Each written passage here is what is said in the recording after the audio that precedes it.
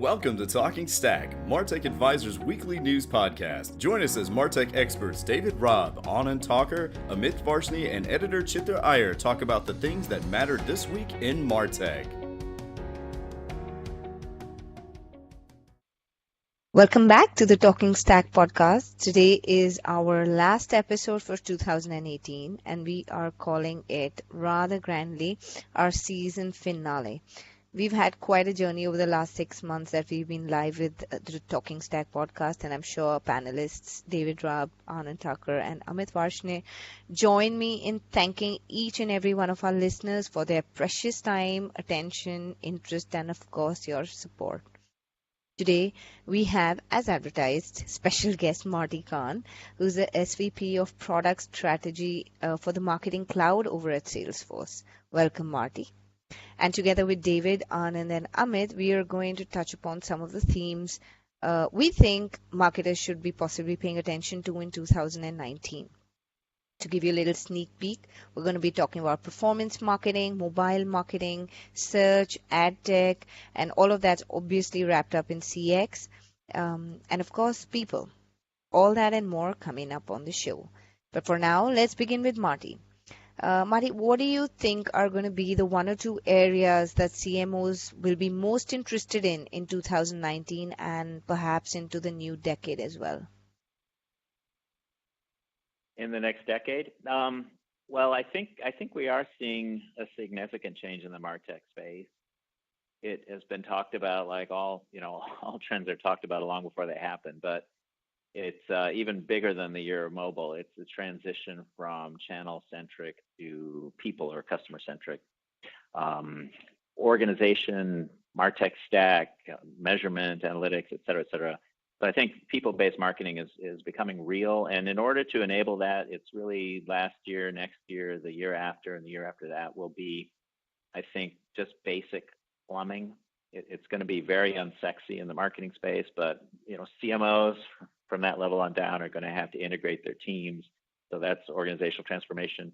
They're going to have to get their data together, data hygiene, data integration. Things like identity management are going to become very real, consent management.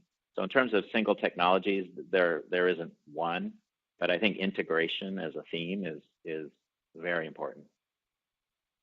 What about you, David? What do you think needs to be on the marketing radar in the coming year? Well, I think CMOs are really going to be questioning their role in the organization because digital transformation in particular leads companies to realize that customer relationships is simply not the job only of marketing. And in many ways, marketing has less impact on their customers than operations and other groups in the companies. And I think as that realization sort of sets in, particularly because of digital, where everything goes through digital, so now you don't have different communication channels like you used to, one of which was controlled by marketing. There's really going to be a fundamental question of, well, what are these marketers doing? If they're going to spend their time on plumbing, as Marty just said, well, we have an IT department for that. We have data scientists for that. And maybe let's just let marketers, get back to being marketers and doing brand stuff and not spending all their time on tech.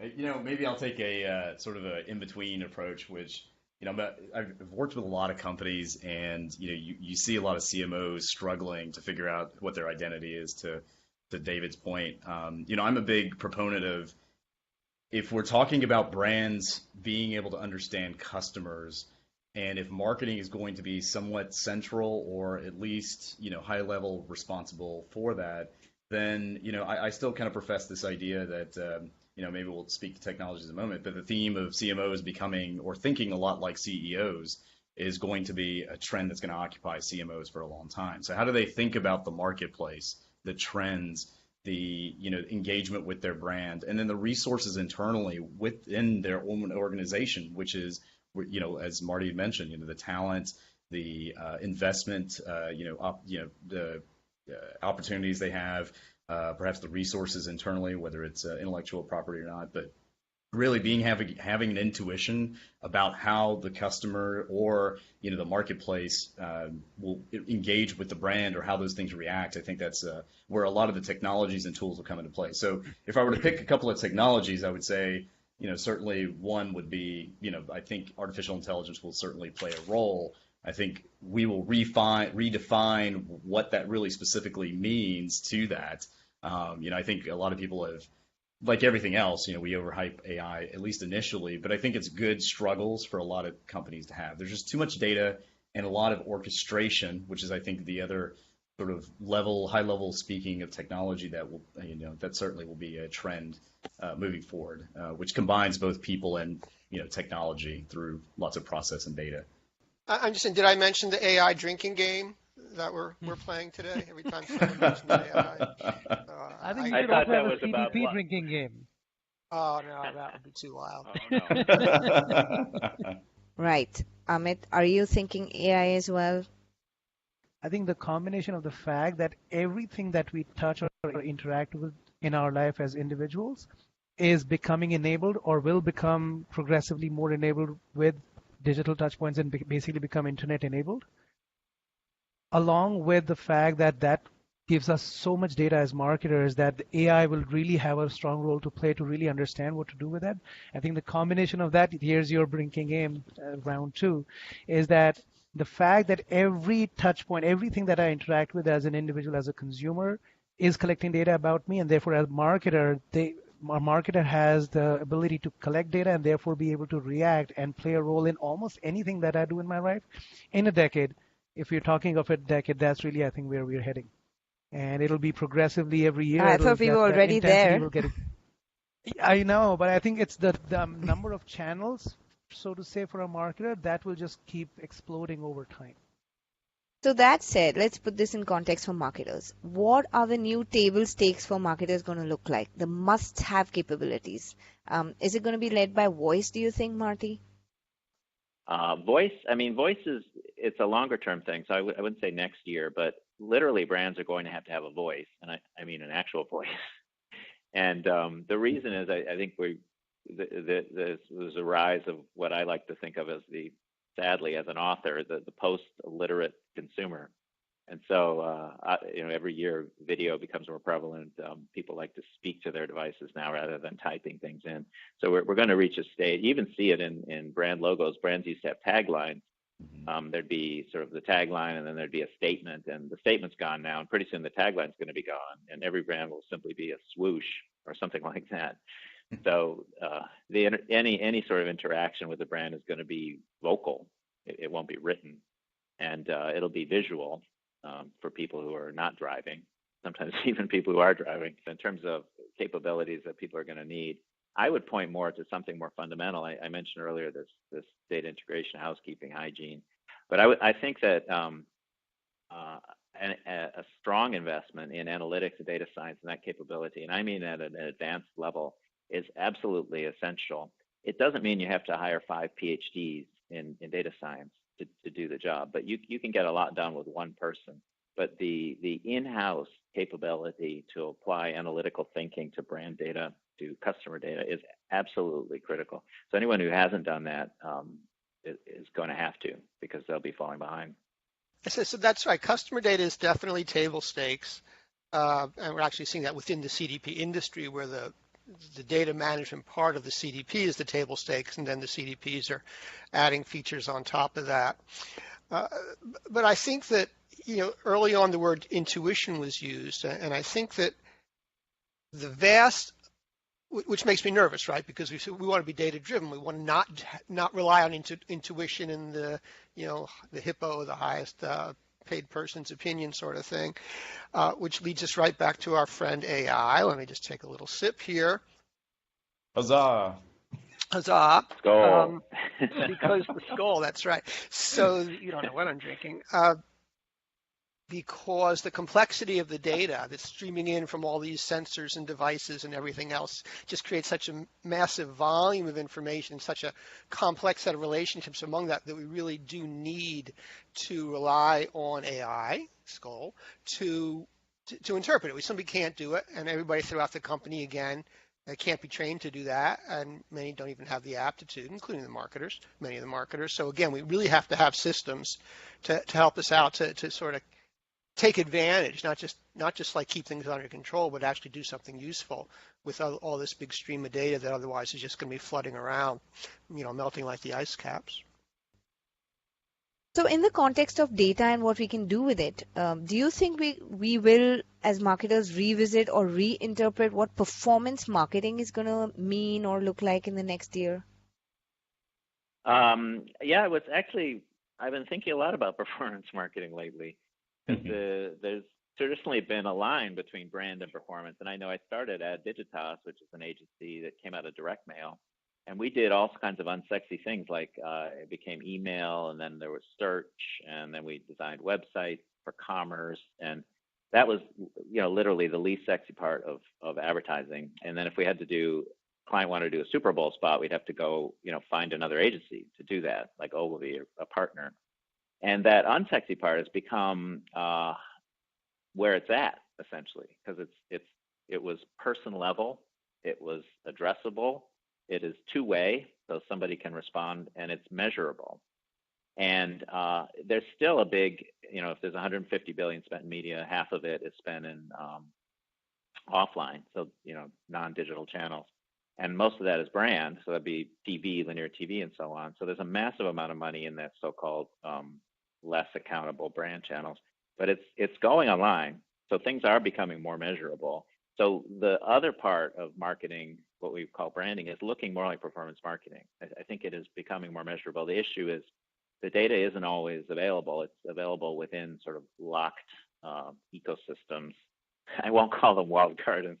That's another drinking game. But it's locked up. So it's not always where we want it. But the truth is that I think in 10 years, it'll take that long for television. In 10 years, all marketing will be some version of performance marketing. So performance marketing was performance marketing because of the lack of data from other channels. So I just want to know, I'm spending in one ad. How do I know that it's effective? Well, I'm just going to say it should give me a footfall in a store, or it should give me a download, or something should happen. Only then do I know that my money was well spent. And I think because I do not have data on all the other interactions that my buyer's having with all the other different channels, that's the only thing I can do.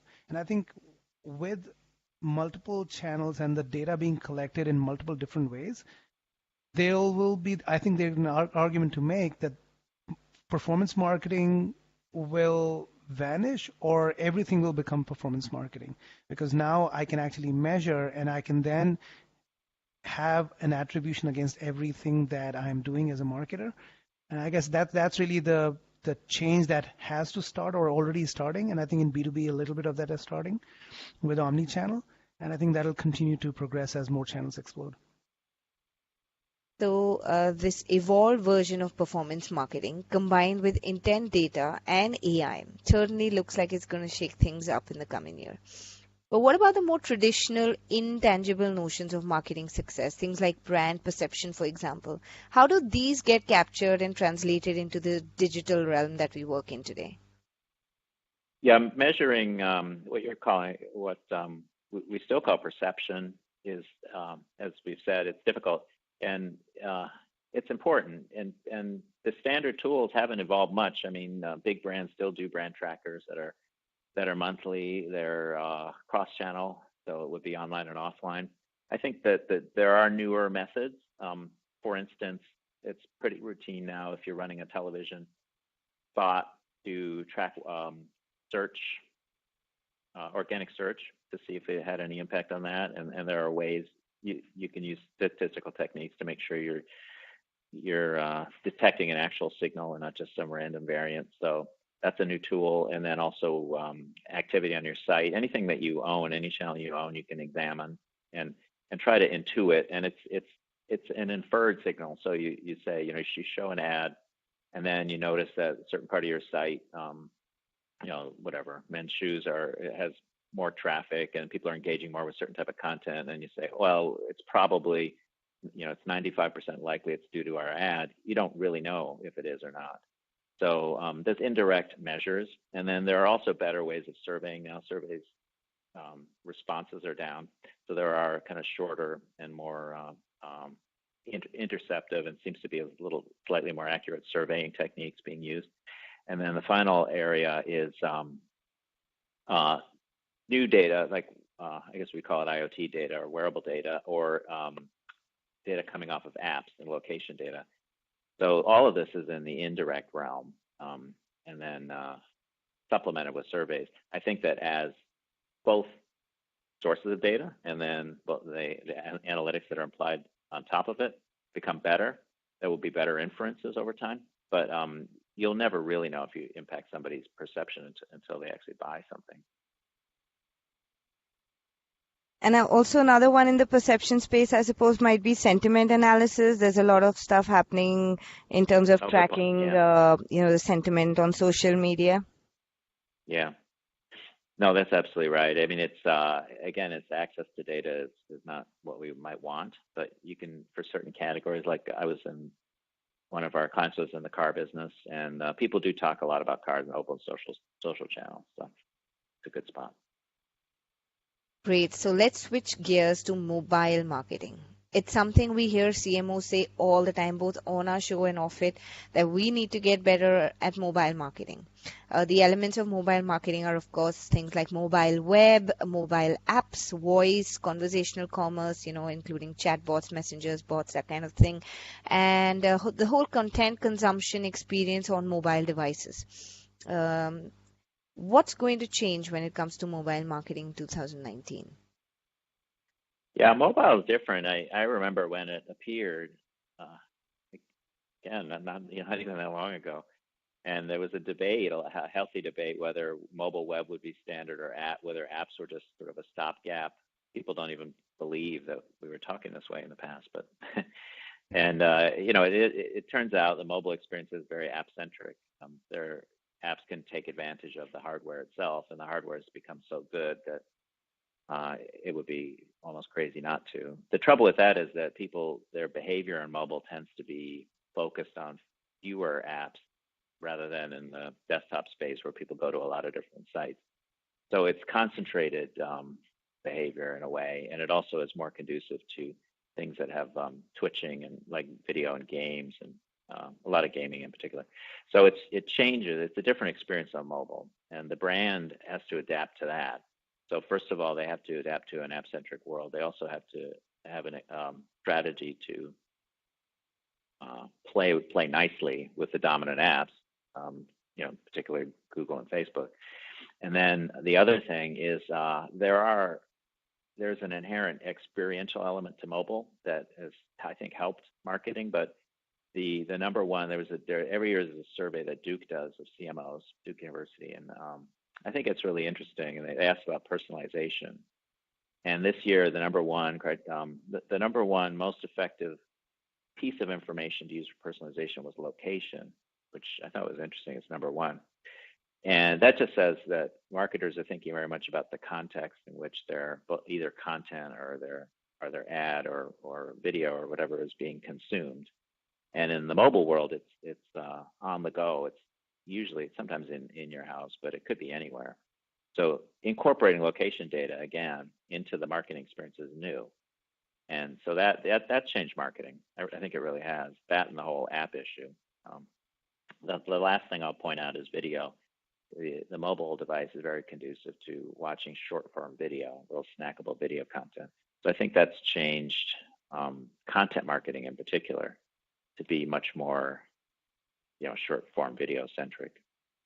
I think we're just starting to even begin to process how important location is in mobile, because it really impacts. It tells you a lot about what the person's up to at the moment. Therefore, it really tells you the kind of content that you should be feeding to that person, or even whether you should be talking to that person at all.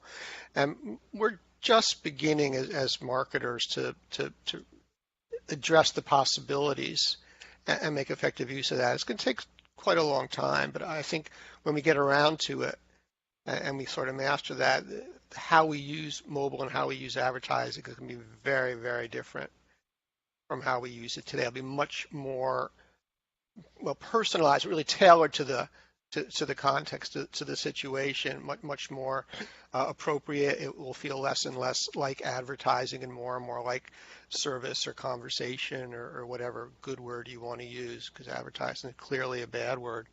But we're learning, and it's going to take, it takes years for this stuff to get figured out. We're just at the beginning of that learning curve. I think what we'll see with a lot of the location-based data is it will be expected that consumers will expect the fact that brands will know that, they are around. It will be part of the experience in that way. I think that's what will really turn things around for location-based when it becomes much more part of the operational experience than it is just simply, hey, I know where you are, I'm going to send you something. It's going to be a little bit different. So all those key elements of mobile that I spoke about at the beginning of this segment, plus of course video, voice, location, all of these together are going to offer a whole new combination of touch points to stitch together what we're calling customer engagement and customer experience on mobile. Certainly a key area for CMOs to be focusing on in the coming year before it's too late. Speaking of voice though, there is another interesting application of voice, which is voice-based search. Search optimization, of course, remains critical for success with content marketing still in the limelight. But voice search or visual search or even vertical search, what are the keys to search in 2019? I think they're all very interesting. The visual part is new. And it's driven by it really is AI actually. Any sort of image recognition. I know it's quite a drinking game. Somebody take a sip. But it can be applied very broadly. I think it applies only to certain categories. Clothing design, so it's a new way to shop. So it's complete the look. Someone was telling me about this earlier. It's you can show some shoes and then recommend the rest of the outfit, or you can apply it in.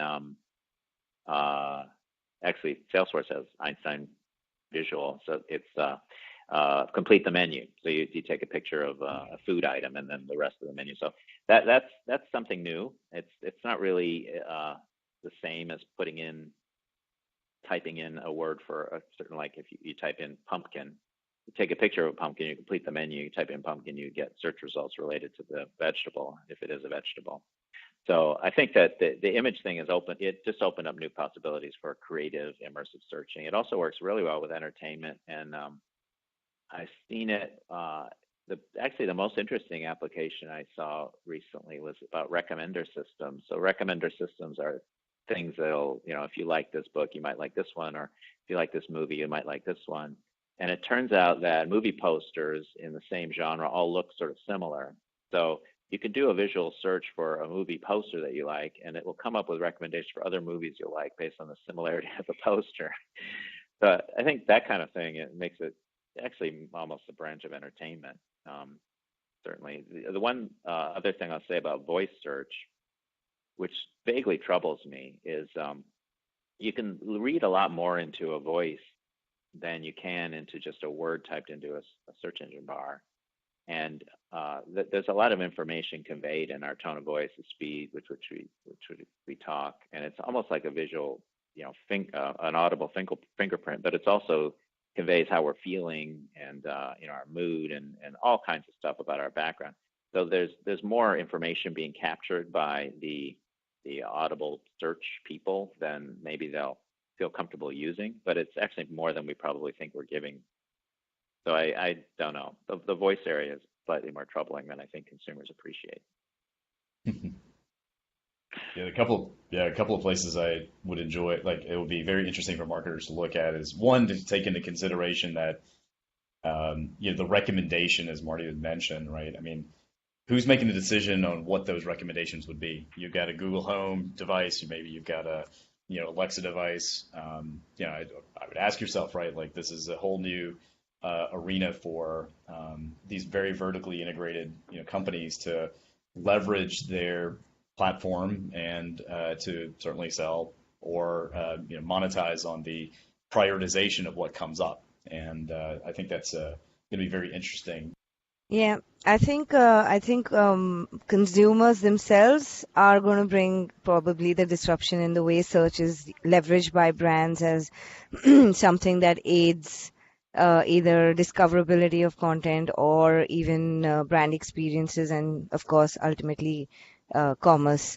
Um, how where consumers prefer to use voice, where they prefer to use visual, or where they prefer to use traditional ways of searching, in what circumstances, and I guess brands have to be prepared to offer the whole gamut by understanding or being informed by what consumers would prefer. I think, if I may, that what you said just now is exactly right. Different tasks are more suitable for different things. There's a saying, a picture is worth 1,000 words, right? And it is in certain contexts. If I'm doing a product search and I'm out there looking for a pair of shoes or a clothes or uh, my little handbag or whatever it is I'm trying to buy, I really want to see a lot of pictures and say, hey Alexa, find me a handbag, find me a pair of shoes. Probably not the most effective way to do that, right? As opposed to, hey Alexa, what time's the next train going to leave? What's the weather outside today? Is a very linear question answer where voice makes a lot of sense. So consumers are going to figure this out quite quickly because they're just going to do what kind of comes natural to them, what works for them. And marketers will either chase behind them and catch up, or they'll think about just how the world works just based on their own experience as humans. Those that are humans, the AI marketers will have more of a challenge, of course, and they will have to hopefully get ahead of that a little and figure out how to use it and then be innovative in how they use each medium for what it's really best at. And I think Marty, since we have you and you are, we've spoken a lot about ad tech and programmatic on this show in the past. Love to hear your views. You've done a lot of work with DMPs, with the way ad tech programmatic is shaping up. What's your outlook for that in the coming year and beyond? Yeah, I'm very fond of ad tech. I've seen it go through a lot of changes over the years. I think I'm positive on it, and I just saw actually IDC, which was a rival firm, but one we use at Salesforce, came out with a forecast recently about ad tech software spending, and they have a very positive outlook. And I think the reason is what I alluded to earlier about the transition of linear media, particular television, into addressable programmatic channels, and also the rise of more players in the space. So, for instance, at some point, I would imagine Netflix has an ad-supported model. As soon as their stock price starts to go down, I'd say that happens. But at any rate, we'll just see a lot more kind of addressable venues for things like video ads, and all of that will be served up through advertising technology. I think the issue will be one of these ecosystems. Where are they? Do they become more open over time? I think they will. I think the big advertisers will want more access to data to do things like verification and just for fraud reasons, and also for measurement. They'll want to do their own measurement. A big consumer brand, so they'll want to have log level data files. So I think ad tech is has had a rough couple of years. I think it's gone through the trough of disillusion and it's clawing its way out. And I'm pretty positive about it, actually. So you think it's heading for its enlightenment phase? I think so. Yeah. Programmatic advertising is people are going to have a much more positive view of it in a few years than they do now. Marty, I'm buying stock in ad tech wherever I can now. Go for it. And do any of you see any major disruptions coming through in that space that we should be thinking about? No, I don't know if it's necessarily like a technological one. I'll just jump in there. There's so much disruption in the agency world that has driven ad tech that's going to be what we all need to keep an eye on. Like, what's the evolution of agencies? What are the roles are they going to play? Again, to include Marty's point about brands, especially large brands, are taking more of an interest. They're not being as passive about the potential spend because they are being held more accountable for the marketing that they're doing, and there's more measurability. So are they going to take on more knobs and levers, or at the very least, are they going to be much more collaborative and in terms of notification and understanding about what's going on with their advertising or their ad spend because of the knowledge of fraud, the lack of trust, the certainly the tremendous amount of spend and money made off of that that paid media. So I think it's going to be much more the space changing and the organizations and their roles they play. It's much more so, almost as much as the technology that will change. I think the technology will continue to evolve. It strikes me as a little simplistic to talk about ad tech as if it were this monolithic thing. And I'm sure that there are multiple little dots on the Gartner curve, on the hype cycle curve for different pieces of ad tech, because there are many. But we are looking at this real mess right now in terms of fraud and brand safety and bringing things in-house and all kinds of issues that will have to be resolved, and I think will be resolved. I think the marketers, the advertisers are going to have to step up and take a little more responsibility than they've had. They can't just throw it over and let the agency handle it or let the performance marketing folks handle it and say, hey, we're getting a good result. We don't really need to know about the details. They are being held responsible by their constituents, by their boards, by their customers who worry about ads appearing in places that are not appropriate for that particular brand's ads. So it's going to be a pretty radical change. I think that there's just been so much nonsense going on in the space that pretty quickly. And the other thing that's closely related to that is privacy. Consumers really being aware of privacy and government stepping in and enforcing privacy rights. That at least has the potential for a major disruption in advertising, because so much advertising really is based on the availability of consumer data, at least programmatic is, that if that changes radically, which it may, that could really remove a lot of the potential, a lot of the ways of doing business that people have. And it could go beyond that. All the things measuring foot traffic and relating to the foot traffic to where the ads were seen, again, that's all requires a kind of data that the privacy people would probably not want you to have access to. So we could be in for a pretty major change if privacy sort of takes hold in a big way. And finally, let's wrap up with what people skills are going to be critical to develop as we head into the new year, because marketing is all about the people. Either as a capability in the organization or actually as every marketer's comfort level and their skill level is the ability to deal with data and analytics and to really understand what to do with it. We all expect analytics and technology to be sort of the things that marketers look for, and indeed that's what the surveys tell us. But maybe the pendulum will swing back and we'll start to think about leadership skills. Maybe we'll start to think about delegating all that analytical stuff to the AI and delegating the technology stuff to the technology people who, let's face it, are supposed to be good at that.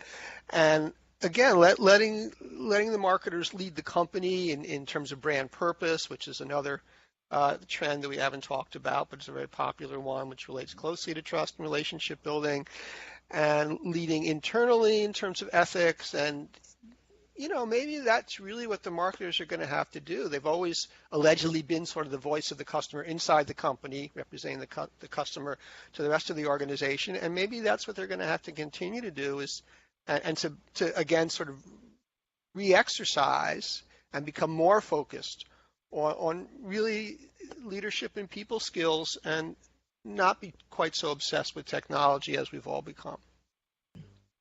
Well said by the man who basically just forced marketers, especially CMOs, to sit up and take notice of data scientists and analysts. But that was 2018. We're talking about 2019, Fitra.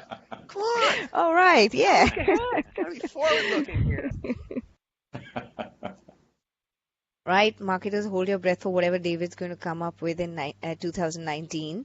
In the meanwhile, Marty, what's going on at Salesforce with what marketing and indeed sales teams are going to look like?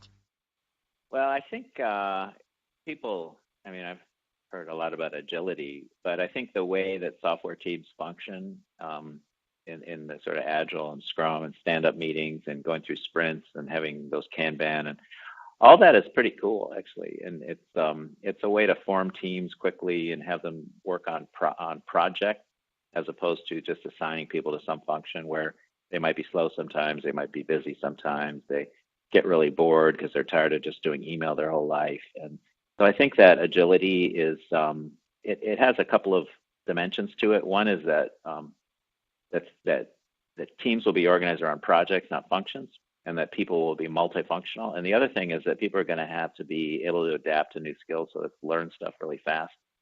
And that doesn't mean there won't be specialists. There's always going to be, some brilliant statistician somewhere who does only data modeling. But most marketers are going to have to do a number of different things throughout the week and throughout the month.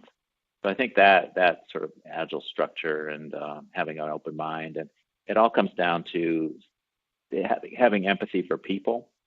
So there's a sort of a humanity to marketing that I don't see in maybe other disciplines.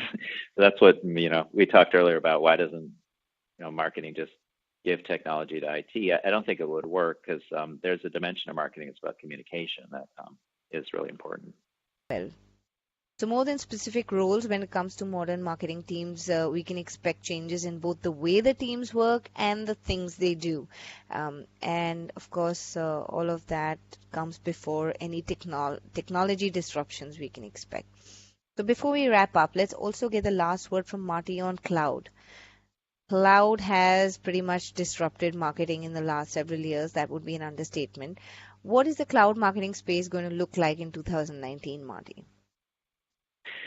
Well, I think products as platforms there's a shift from applications to trying to look at an ecosystem as a platform that's based on microservices. So I think that the products become more porous.